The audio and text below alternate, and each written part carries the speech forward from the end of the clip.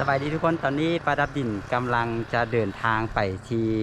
เมืองสยบุรีแขวงสยบุรีเนาะทุกคนหลังจากที่ปาดับดินมาพักอยู่ที่เมืองน่านแขวงหลวงพระบางได้1คืนตอนนี้ก็ขี่รถออกจากตัวเมืองมาได้ประมาณจัก 4-5 นาทีแล้วนะก็ทุกคนจะมีวิวที่สวยงามเส้นทางไปที่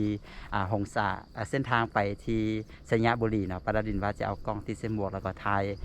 วิวบรรยากาศตั้งแต่เมืองน่านไปจนฮอดสยบุรีให้ทุกคนได้เบิ่งกัน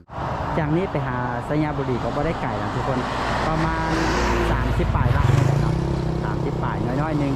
บ่ได้ไกลใช้เวลาบ่เกิน1ชั่วโมงก็ฮอดแล้วเนาะประมาณจัก 30-40 นาทีก็จะฮอดแล้วเส้นทางเส้นนี้ปาดับดินก็ยังบ่เคยไปจักเทื่อจะเป็นจังได๋นั้นไปติดตามรับชมพร้อมๆกันเด้อไป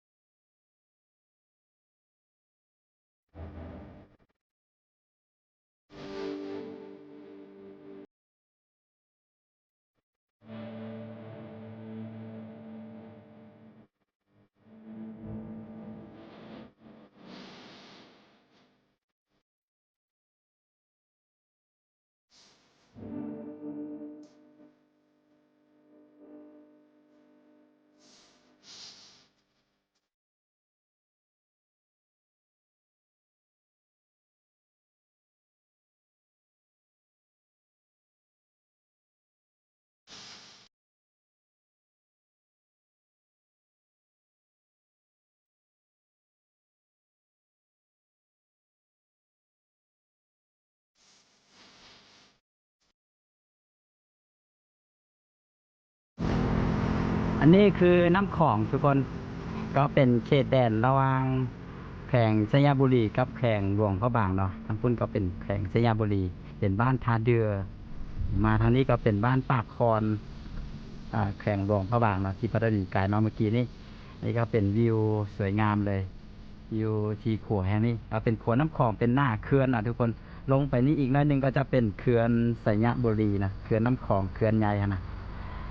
ก็จากบอนขัวนี้ไปฮอดสยบุรี26 ลักบอกเดี๋ยวไปกันต่อเนาะ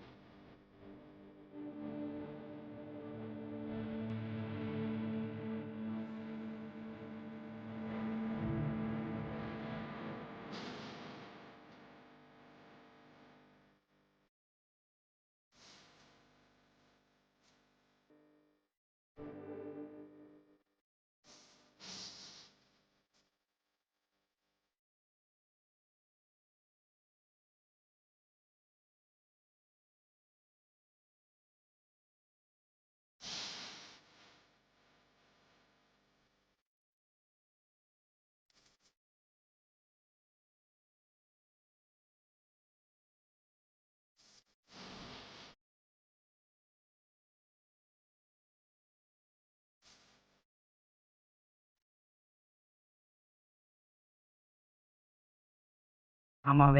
เบิ่งวิวข้างทางทุกคนสวยงามบ่คือว่าเข้าพระเจ้าตัวออกห่วงแล้วหรือว่าต้นข้าวมันเหลืองซื่อๆว่ะ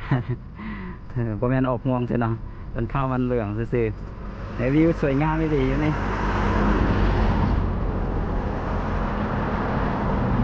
สวยงามเลยเดี๋ยวเราจะไปต่อแวะเบิ่งวิวมาหนึ่ง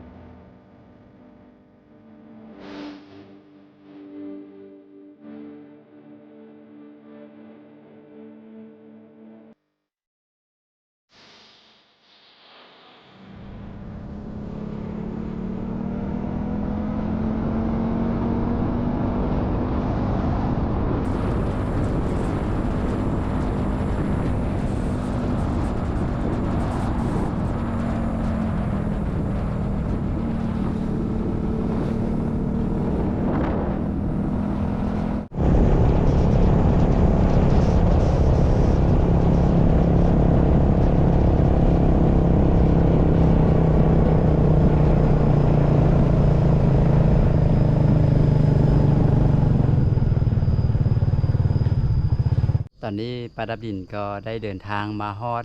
จุดใจกลางตัวเมืองสยามบุรีแล้วเป็นที่เรียบร้อยทุกคนลงไปนี่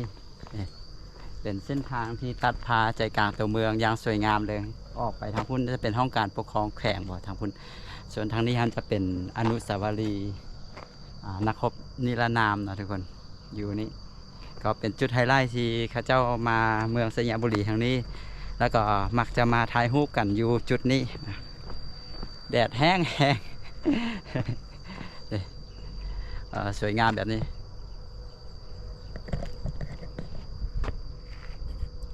เป็นเส้นทางตัดจากเบื้องฟากนี้ขึ้นไปอีกเบื้องฟากหนึ่งของตัวเมืองนะไปก็จะมีข้ามน้ำฮงอยู่บนใจกลางตัวเมืองฮั่นเป็นเส้นทางสีเลนสวยงามเลยมีต้นไม้หลายแล้วก็มีธรรมชาติสวยงามเลยอยู่ที่สยามบุรีแห่งนี้ก็ทั้งหมดนี้ก็จะเป็นบรรยากาศในการขี่รถเดินทางมาตั้งแต่เมืองน่านแขวงหลวงพระบางมาที่สยามบุรีนะทุกคนก็ประมาณ30 ปลายลักปาดับดินใช้เวลาประมาณ1 ชั่วโมง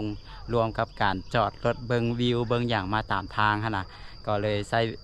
เวลาค่อนข้างจะหลายแน่เนาะก็สำหรับวิดีโอนี้ปาดับดินจะจบไว้แต่เพียงเท่านี้ขอขอบใจทุกคนที่เข้ามาเบิ่งอย่าลืมไปติดตามกันวิดีโอต่อๆไปจากช่องปาดับดินเนาะเดี๋ยวเราจะพาทุกคนไปเลาะเบิ่งตลาดเลาะเบิ่งเมืองแล้วก็อาจจะมีสถานที่ท่องเที่ยวต่างๆอยู่ที่สยามบุรีแห่งนี้นำก็ไปติดตามกันวิดีโอต่อไปสำหรับวิดีโอนี้ปาดับดินลาไว้แต่เพียงเท่านี้สบายดี